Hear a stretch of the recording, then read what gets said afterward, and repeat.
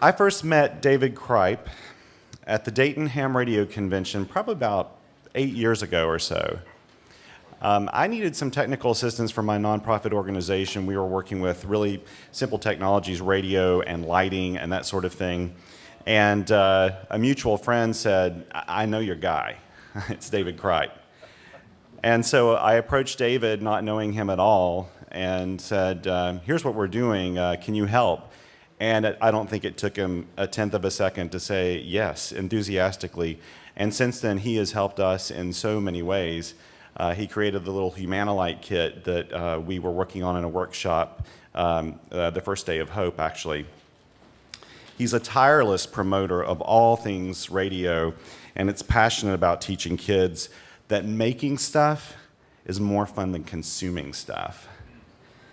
And professionally, he works in research and development, yes. Professionally, he works in research and development for military electronic systems, and he has more than 50 patents in his name. But more importantly, I always describe him as MacGyver.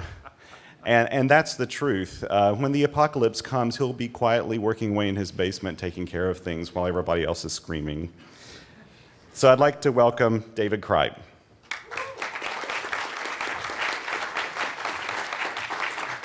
Thank you very much, Thomas.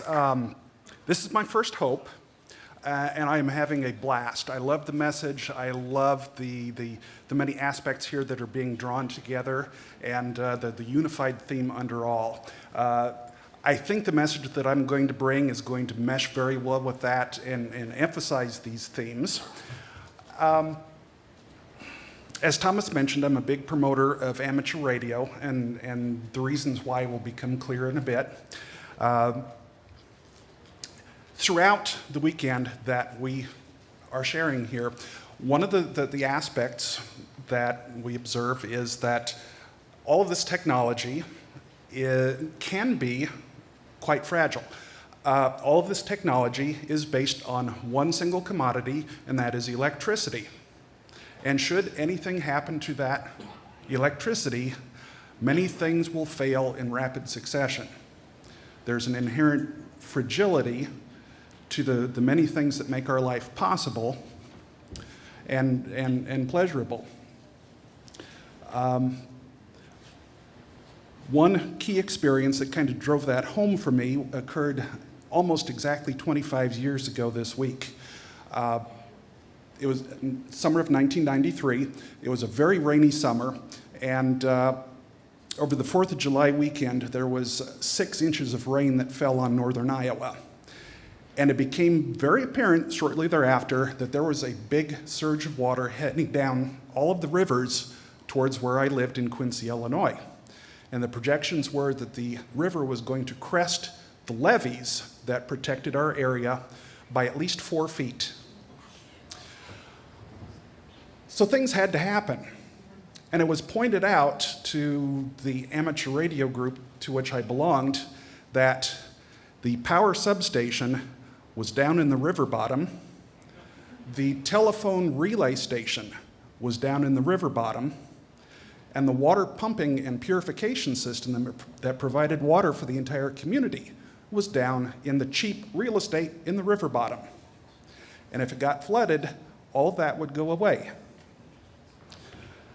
So literally overnight, the Army Corps of Engineers, the Illinois Department of Transportation, the Red Cross, Salvation Army, all these organizations came together to start sandbagging and raise that levee.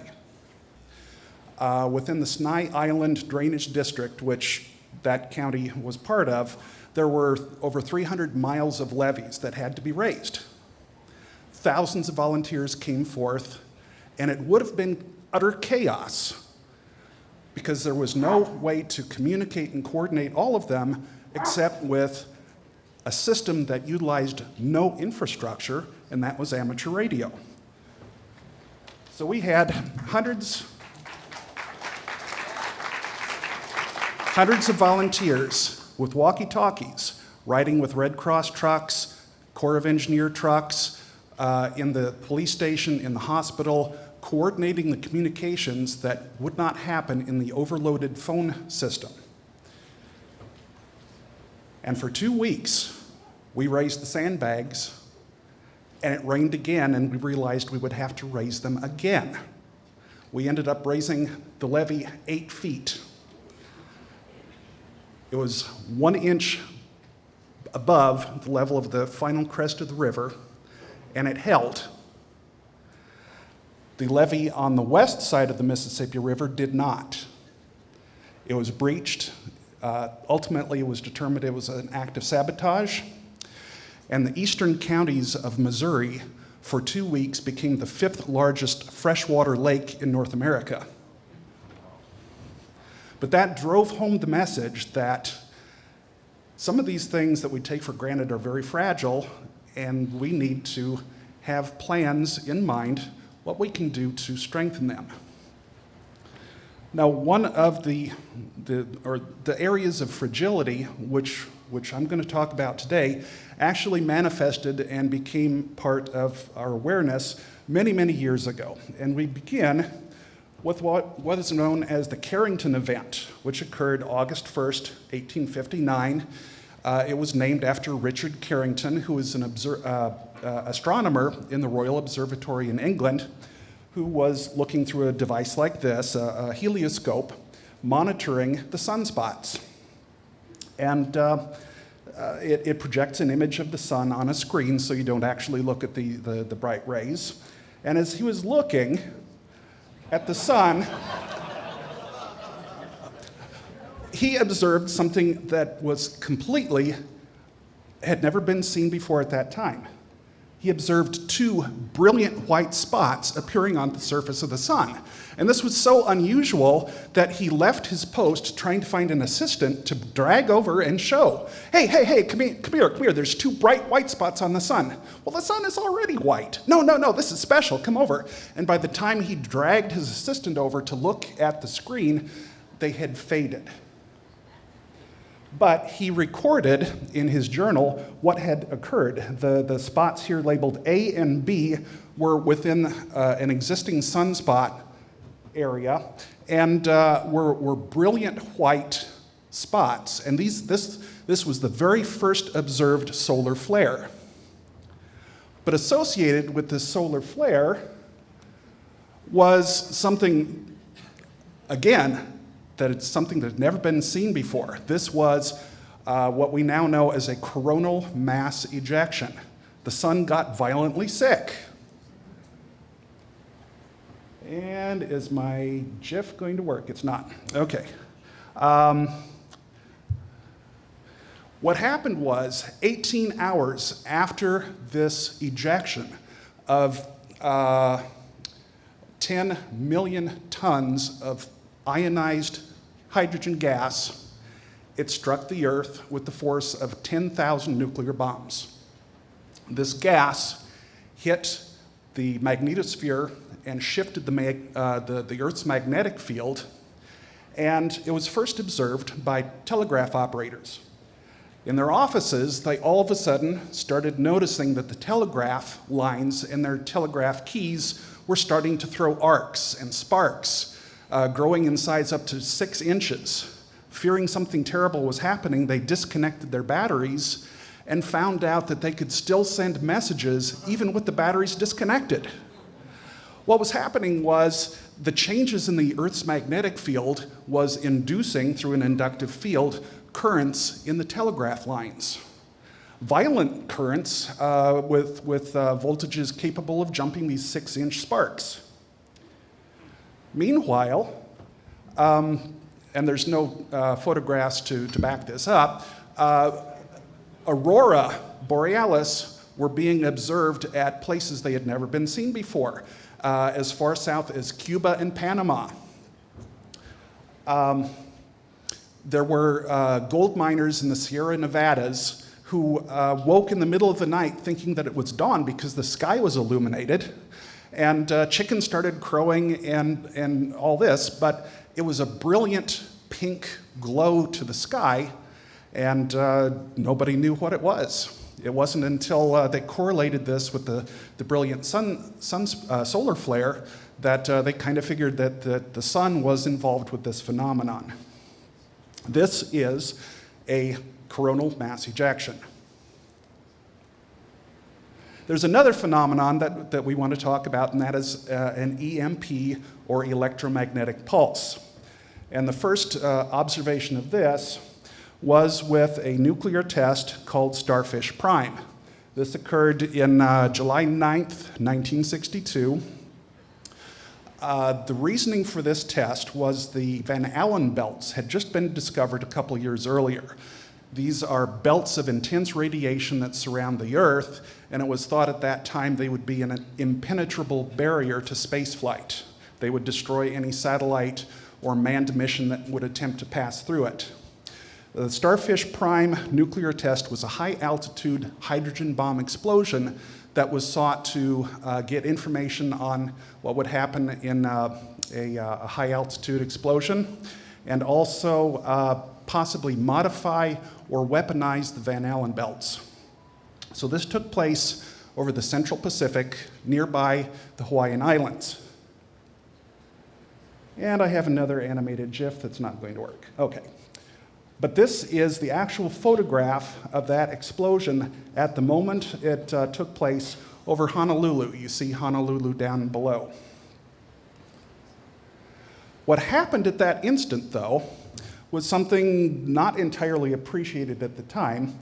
The explosion of the atom bomb created a huge burst of gamma rays that descended down into the atmosphere, where it knocked loose electrons. And those electrons created an intense burst of radio frequency energy that then passed down into the Hawaiian Islands and basically anything within line of sight of that bomb.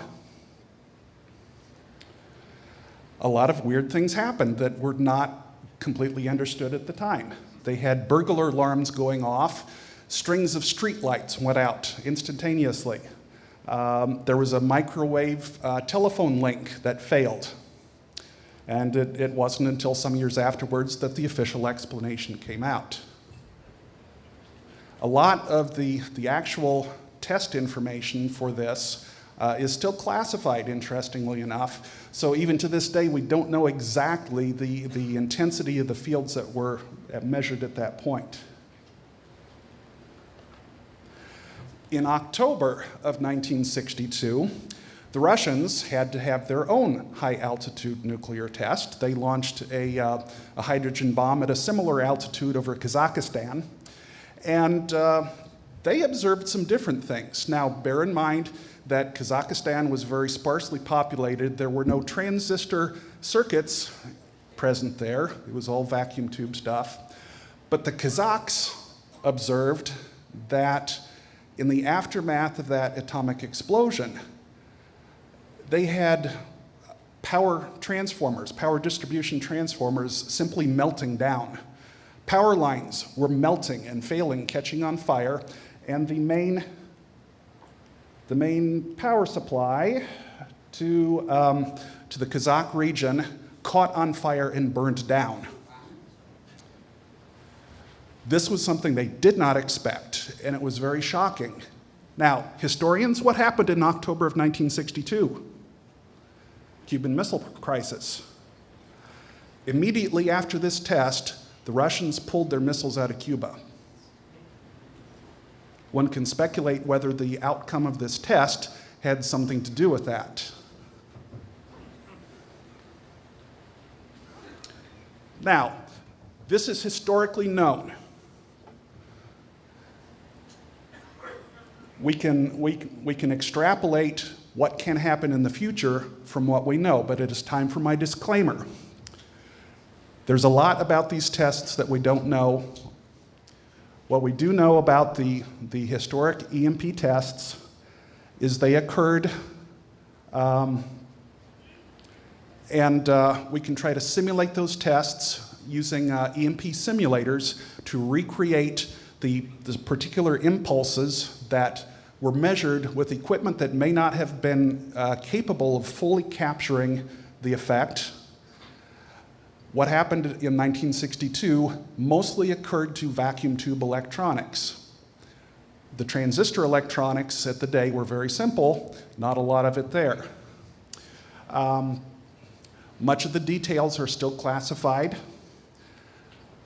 Much of the projected damage that is officially within the US government projections is not correlated by what happened over Kazakhstan. They saw much worse results, most likely because the Hawaiian island is very different geographically than the plains of Kazakhstan. So my disclaimer is there's just a lot about EMPs in particular that we do not know. I'm going to provide the best information that I've been able to glean from open source data. And if you choose to disagree with me, I'm not going to argue. There's room for disagreement. But again, I'm going to try to present the best information that I can. We can extrapolate from this information, try to project and predict what may happen should another EMP burst occur this over the continental United States. But in the end, there's a lot we don't know and cannot know.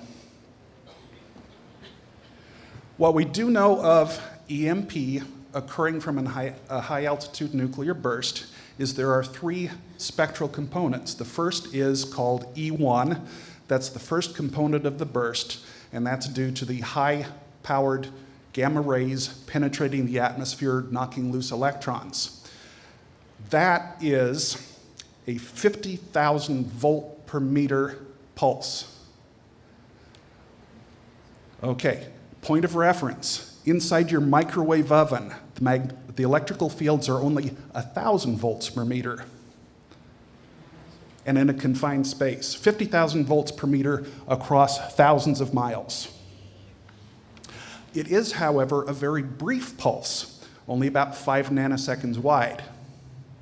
So this means that it has a peak of its frequency component somewhere around the 500 megahertz range, perhaps. So that means that the resonant antenna is going to be something a foot or so in length. Following E1 is called the E2 burst. That is approximately 1 microsecond in length, about 100 times weaker in intensity, and very much mimics the effect of a nearby lightning strike. Now, who here has had lightning strike a tree near your house and you've lost your washing machine, your TV, your computer? Yeah, this is going to be the same thing that happens over a multi-hundred-mile area. Following that is what's called the E3 effect, and that is a massive disruption of the Earth's magnetic field. And that occurs due to the huge mass of ionized gases that are rising convectively after the nuclear blast. And those charged particles, in their motion, create a magnetic field that disrupts the Earth's field. That induces currents into long suspended wires, in particular power lines. This period occurs in a period of tens to hundreds of seconds, and then it's over. And this diagram shows the particular voltage, intensity, and time profile of what's likely to happen. Now, the damaging effects, again, are going to be related to the intensity and the wavelengths of these effects. E1 is going to affect short antennas, which are likely to be the power cords that plug into your appliances, internal wiring, perhaps, that may be of the appropriate length to pick up these signals. E2, again, as I mentioned, is similar to the effect of a nearby lightning strike. E3, this is interesting. Its effect is to create DC currents within power lines, which were designed to carry AC. When those currents enter transformers, it gives the opportunity for the transformer to saturate. Its open circuit inductance goes to 0. It overloads and can be destructive. There's a specific distribution of the effects that we can project from a high altitude nuke. If you have something that is set off at, say, a 300-mile altitude over the upper Midwest, the distribution of the effect is actually in an arc primarily to the southern distribution, with peaks of 50,000 volts per meter, again in the red zone. But even throughout the light blue circle, you're going to see voltages of 25,000 volts per meter. So it could literally blanket the entire United States. Knowing what these pulses look like in terms of amplitude and frequency, we can build simulators that strive to duplicate these effects. And here we have the North American Electric Reliability Corporation has built their simulator. And what this is, you can see a bar across the top. That's a dipole antenna. It's excited from a Marx generator that is capable of delivering a 500,000 volt pulse into this roughly 10-meter long antenna. And items to be tested will be placed underneath that. So the question is, should an EMP occur, what is likely to survive? And the easy answer is things without a lot of transistors. A battery. A battery is big and dumb and chemical. Your car battery will survive, the little batteries in your smoke detector and transistor radio will survive, but the smart batteries in your computers and cell phones are not likely to survive because they include smart charging circuitry inside. What will survive an E1 pulse? A tube-type radio. This is the classic Hallicrafter's S38. Thomas, do you have one? Yeah. Very good. Okay. Tube-type equipment did not experience failures in the Hawaiian test because the vacuum tubes are macroelectronics, not microelectronics. They are large-scale devices that can absorb the energy. Okay, this is a very popular radio among preppers because it is a transformerless design. It can be operated from 120 volts DC. 10 car batteries strung together will run this. So, if you want to make some money, find one of these at a flea market, upgrade it, change the capacitors, put it on eBay as a prepper radio, you can make some money. Okay, in 2004, the EMP Commission studied 37 different cars, placed them in that simulator, hit them with the EMP pulse, the E1 pulse, and found to their amazement, all of them survived. Okay, I read this and I had such a cognitive dissonance, I could not understand that because everything that I've read up to that point says, oh, it's total disaster, nothing will survive, we're going to be going back to horse and buggy. But, okay, I've worked in the automotive engineering world for quite a few years. Automobiles are designed to withstand some absolutely horrific electrical conditions. An automobile and its electrical components must be designed to survive installing a battery backwards. Because the nuclear scientists are doing nuclear science and the other guys are working in auto mechanics. Inside every electrical component inside the car is a surge suppressor. It's a powerful Zener diode. It's about the size of a nickel. And the electrical spec for cars says that it must survive the application of a pulse of 120 volts for 400 microseconds. 400 milliseconds, excuse me. So those Zener diodes, which are distributed out through the entire car, have to sink that energy. And it will do a wonderful job for an E2 pulse, and evidently it does a pretty good job for an E1 pulse also. So at first glance, you would say that the advice of all the preparedness experts that you get a pre-1980s diesel vehicle that has no electronics in it, well, yeah, that's a good advice, but even afterwards, it may not be such a bad deal. Okay, my caveat, my disclaimer I have to throw in here. After 2004, cars have been manufactured with a whole lot more computer circuitry. Is that computer circuitry going to be more vulnerable than what was made in 2004? Odds are yes, but I can't tell you how much more because we've not had a test done since then.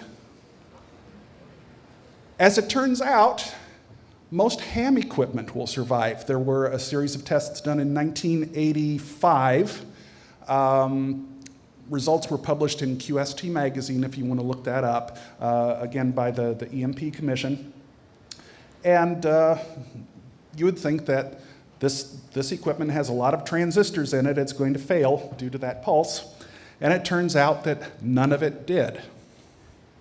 Again, the cognitive dissonance hits because we're told everything's going to die. This stuff did not. And the reason for that is this transceiver equipment here must generate about 100 watts. So it must not interfere with itself, so there's a protection circuit built in to keep it from destroying itself from its own internally generated electromagnetic fields. And that also gives it a degree of protection from external fields. And these radios, even with the antennas of their microphones plugged in, seem to survive. Now, my disclaimer, those radios had metal cabinets. These little walkie-talkies have plastic cases. The metal provides some protection that the plastic does not. My beloved little walkie-talkie might not survive, but I have plans for it. What will survive an E1 pulse? Strategic weapons. And they must, as we'll get into in a little bit. I've actually seen these planes up close, and the groovy thing is, the windshield and the windows on it have a metal grid embedded in them, just like the windows of a microwave oven. It keeps the stuff out, because you want this flying when the bombs start going off. But what is vulnerable? From the EMP testing, we know that things with a lot of microelectronics have very small gates which are not capable of absorbing large amounts of energy.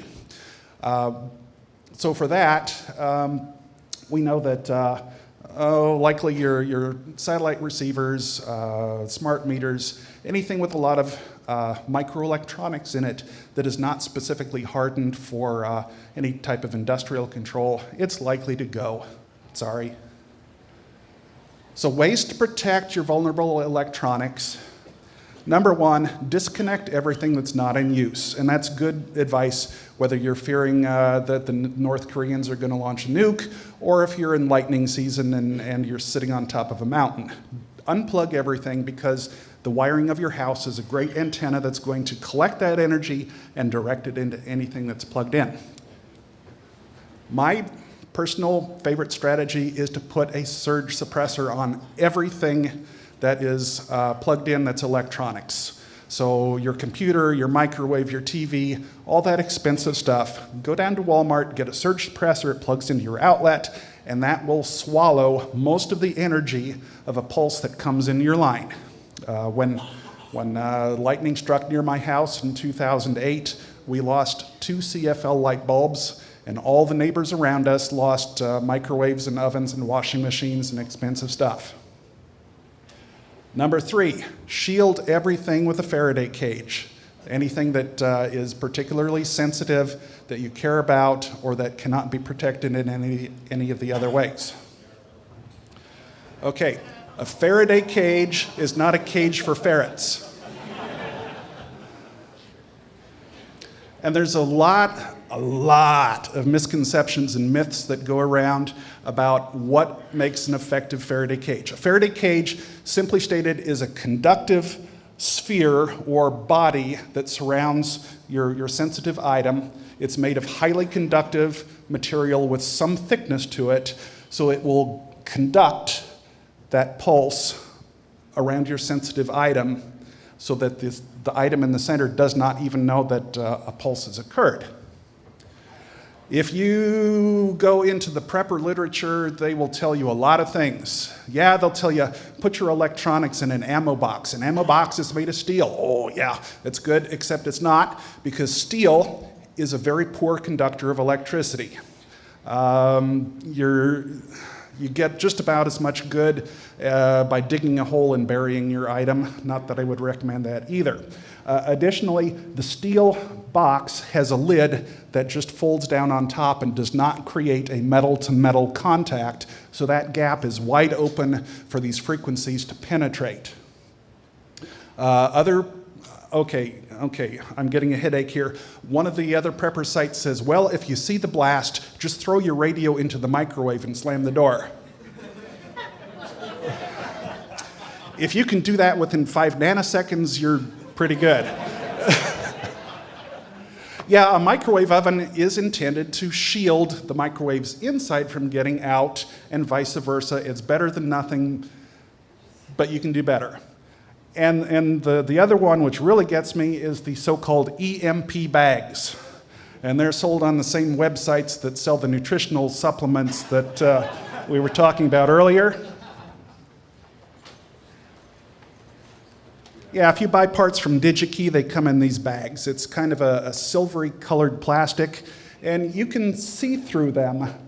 And in my reasoning, if you can see through them, that the metallization is not really too adequate. And there's empirical tests where you put your cell phone in here and dial it, and it may not pick up. But there's also some actual tests, which we'll get into in a second. Science experiment here. Okay, we talk about decibels or dB. That's a measure of attenuation. 10 dB means that you're cutting things by a factor of 10, taking out 90% of the signal. 20 dB is 100-fold, 30 dB is 1,000-fold. So when we're talking about how much shielding you get, we're going to talk about dB. Your file cabinet and ammo box gives you less than 10 dB of attenuation.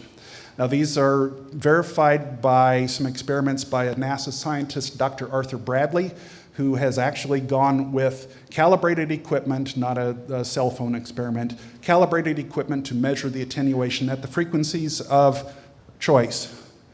The EMP bag is only good for about 15 dB. A galvanized trash can gives you 20 dB. So that's taking out 99% of the impulse. But I just said that steel is not a good material for a Faraday shield. It's not the steel of the trash can that's working here, it's the zinc coating that's actually a pretty decent conductor. If you wrap the lid with aluminum duct tape, the metal tape that you can get at the hardware store, you double the effectiveness, which tells you that the gap around the lid leaks a whole lot of energy in that you can very effectively knock down. A microwave oven is good for 25 to 40 dB, but the simplest and easiest one, you get a sheet of aluminum foil, you take it out of your hat, take your sensitive item, fold it over, wrap it up like you're making a sandwich that you want to keep really fresh, crimp over those edges just as tight as you can, and that right there is good for 50 dB of attenuation. How much do you need? And that's something that nobody ever says. Okay, I'm going to stick my neck out here, and I will be the first person to ever say so, but I'm going to define that you need 60 decibels of attenuation of that 50 kilovolt signal to be safe in just about every condition you can. So you take your folded aluminum foil wrap, you stick it in another plastic bag and wrap it around with aluminum foil again. You've now got 100 dB of attenuation, and nothing's getting through that. Personally, what do I keep in a Faraday cage? It's things that are absolutely essential and not easily obtainable. I have another walkie-talkie just like that, wrapped in aluminum foil. I have a 40-meter CW ham radio transceiver. If the communication infrastructure goes down, this will still allow me to send long-haul signals over thousands of miles to handle emergency messages. Things like this were used in the aftermath of Katrina for months until they got the telephone infrastructure back up. A multi-band radio, you're going to need information. There will be broadcasters that survive an incident like this. Where they get their information from is another question, but you will need that information, and whether it's AM, FM, or any of the shortwave bands, there will be something there that you can listen to and something of use. Okay, this one, and there are chuckles, and the presentation last night about putting Linux on one of these e-readers was really good.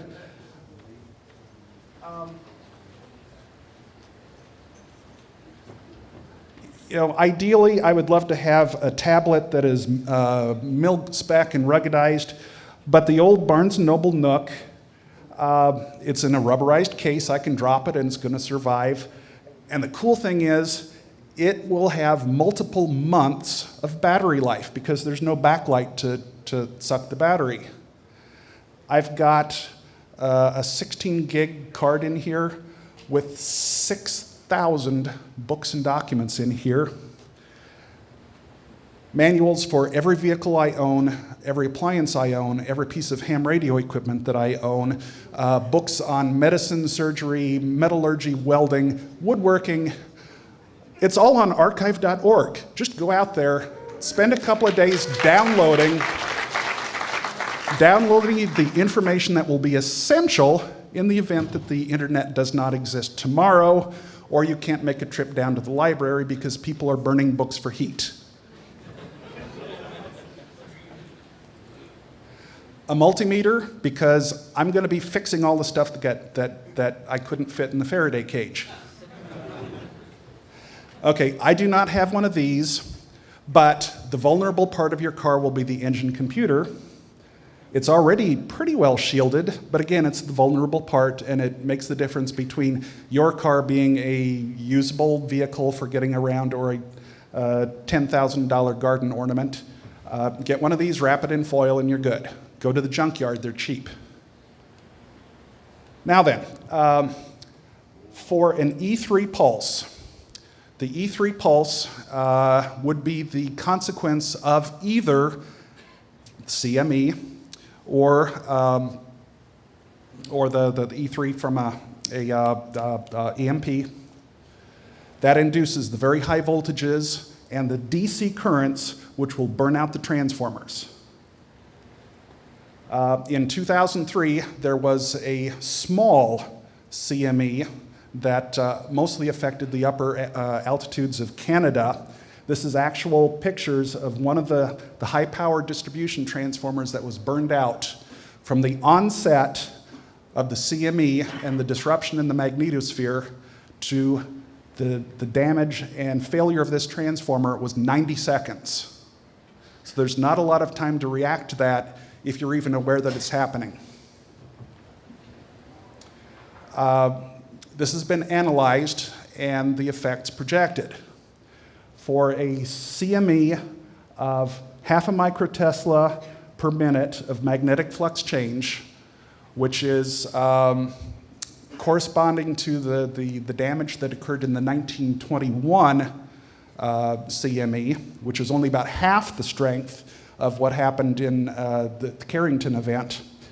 Okay, these green dots are where geomagnetic current exits the ground. Red is where it enters back into the ground. So anytime you see one of these circles, you will have a circuit breaker blowing. These two elements here in circles, left and right side, that represents areas where transformers will fail and there will be long-term power outages. If there is an EMP blast over Chicago based on these projected field strengths, this is the damage and you have nationwide grid down. In such a case, you are going to see something on the order of 350 high voltage transformers destroyed, $1 to $2 trillion of economic damage the first year, and up to 10 years to restore. The problem is, these transformers take about a year to build. There are very few places in the United States that make them. Most of them are made in Europe and shipped over. So that's an issue. You cannot replace 350 of them all at one time. As it exists, the grid is operating at about 90% capacity. It's more efficient that way. If you lose 10% of your transformer capacity, everything goes down. Beyond that, you're talking global or national blackout conditions. The fragility of the grid is one thing, but its interdependency on all of the other essential services, you have to stop and pause and reflect on that, because you have effects on the oil and gas industry. All these pipelines are pumped. Without power to pump them, you lose gas and oil. Communications, internet, cell phones, landlines, all of those operate on the grid. They have battery backups which last for perhaps 36 hours if you're lucky. The really good ones have gen sets and diesel storage that can run for a couple of weeks. Past that point, they go down. Water that is being pumped, without the pumping stations that run on the grid, that goes down. You have no water to drink. You have no water to flush the toilet. Banking and finance, your credit card goes non-functional. I don't have any cash in my pocket. Doggone it. That's a problem. Transportation, if for example, we have multiple vehicle failures, say in the tunnels here, we are now locked in, cannot escape the island. Emergency services are similarly affected. They are vitally dependent upon communication. And the government services, FEMA and so on, which would be providing emergency services, cannot communicate, cannot be transported. Basically, any grocery store has about 3 days worth of inventory. And when that's gone, stomachs start rumbling. Worst case scenario is if you have an E3 event that sends a surge back up into a nuclear power plant. You can shut down a nuclear power plant and its core remains hot for several weeks. And unless there are water pumps that continuously cool that, it melts down. That's what happened in Fukushima. There are generators on site with diesel fuel to operate these pumps, every installation. Enough fuel to keep it running. If those gen sets and pumps are affected by either an E1 or an E3 pulse, bad things happen. And you've got nuclear power plants all over.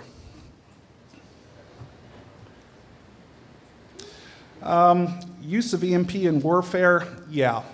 We know who the bad guys are. Most likely, it's the little loudmouths like North Korea and Iran. Trouble is, though, it's very hard to do an EMP anonymously.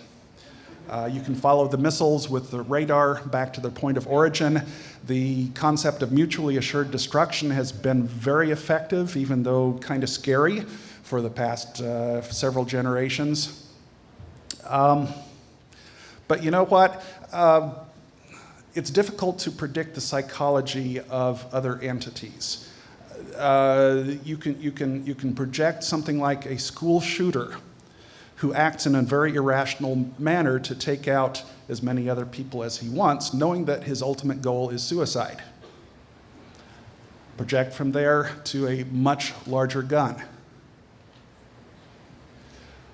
But the saving grace in my mind is that nuclear weapons are extremely expensive, and so are the delivery systems. And those people most likely to use it are the ones least likely to afford it. But with the knowledge of the vulnerability of the grid comes another threat. It takes a guy with a high-powered rifle on a hillside 3 or 4 shots to put a hole in one of these high voltage transformers. The oil drains out, it overloads, it overheats, and it's gone. This happened in California in 2014, and nobody was ever caught. And it has all the hallmarks of a deliberate act as a rehearsal. Okay, 9/11 was 19 guys with flight lessons in airplanes. You find 100 unhappy people with high-powered rifles, and they could do as much damage as a high-altitude EMP for 1/1000th of the budget. Yeah. 4 minutes. Okay. That could be used as Q&A audience, or you can take questions later. Okay. What is being done to protect us? The 2015 transportation bill had $17 million set aside for an EMP study to identify transformers in inventory that can be moved and to set aside a strategic transformer pool of transformers that can be bought, put in place, ready to be shipped around the country at a moment's notice.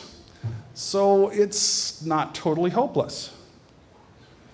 For us to survive, make some plans. Can you, for this, my everyday carry is my MacGyver pocket knife. It's super handy because the good beer does not come in twist-off tops.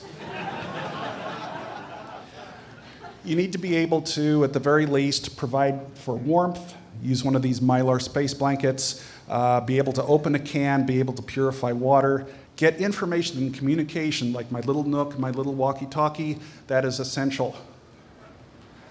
Essential reading, 1 Second After by William Fortune is a piece of fiction, but it's very accurate and well-researched. A couple of other authors, Fernando Aguirre, Selko Begovic. These two gentlemen were in Argentina and Yugoslavia, respectively, during the unpleasantness there, and they have seen the effects of disruption of systems and the effect on people who suddenly find themselves going into third world existence and hunger.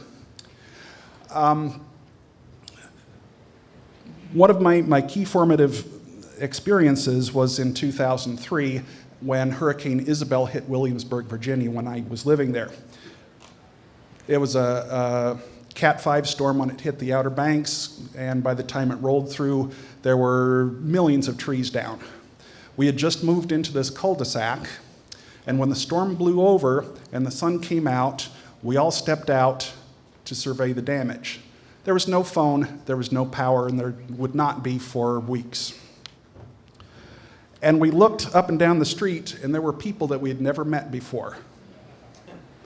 That's the reality of suburban life, but we were now meeting these neighbors and realizing we've got refrigerators full of food that's going to go bad.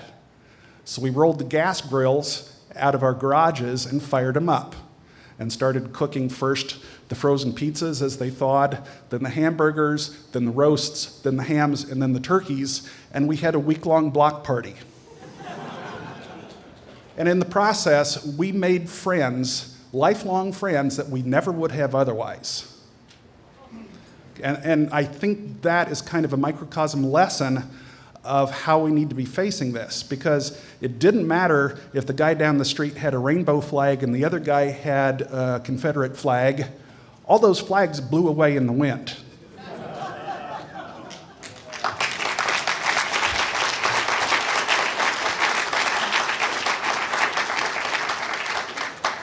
And even though worst case projections will be that bad things can happen and millions of people will die, millions of people will not.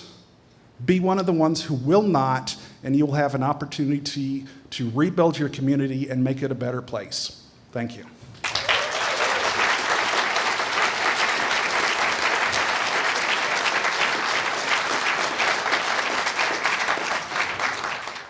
Do we have time for questions? Outside in the elevator lobby area. Fair enough, thanks. Thank you, David. And so, yeah, if you didn't hear that, if you've got questions for David, you can have them outside, just outside the room here.